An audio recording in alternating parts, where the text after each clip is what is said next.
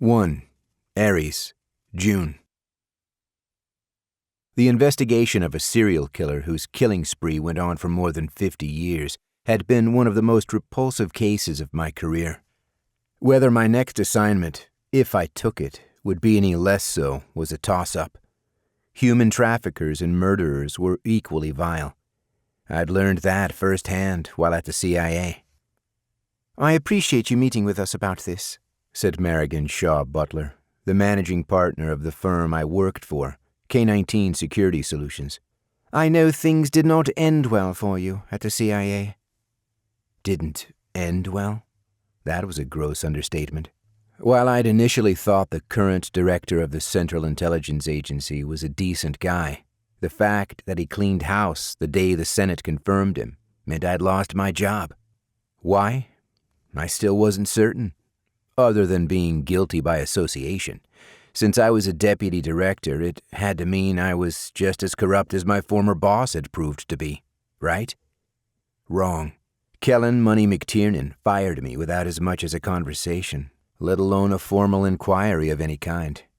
The only saving grace was, less than 10 minutes after being escorted out of the George Bush Center for Intelligence, I got a call from Cade Doc Butler, the founder of K19 and Merrigan's husband, asking me to come work for them.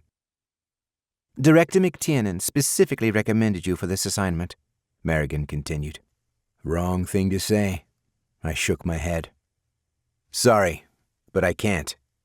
Look, I know what went down back then wasn't fair or right, but consider this a very prestigious olive branch. Hell, it's practically a tree, said Doc. "I can assure you, you won't be working with money or even the CIA. You'll interact directly with the United Nations Security Council." If I won't be working with him or the agency, why was the CIA involved in the first place? The UN put a call out to all lettered agencies, asking for their top human trafficking experts. I'm hardly that, Merrigan.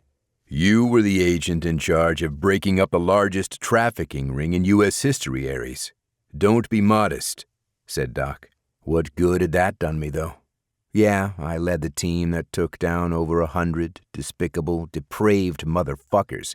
That it had resulted in the rescue of over 2,500 victims got me promoted to deputy director, then sacked a few months later. I don't trust him. Doc rested his arms on the table, and his eyes bored into mine. I don't expect you to, but I do expect you to trust me. He had me there. Doc had proved he believed in me by hiring me the same hour McTiernan let me go.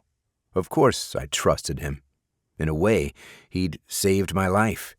I don't know what I would have done if I'd been forced to leave intelligence entirely. It was the only thing I'd ever wanted to do.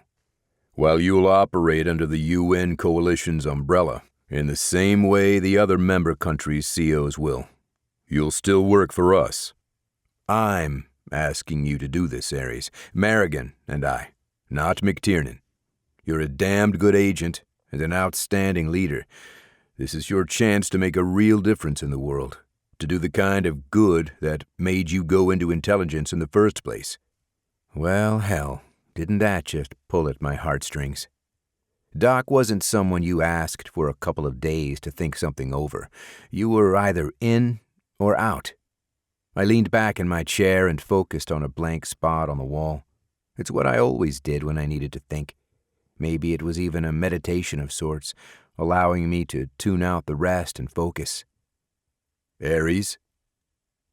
I turned back toward him and gave him the answer he wanted. I'll do it.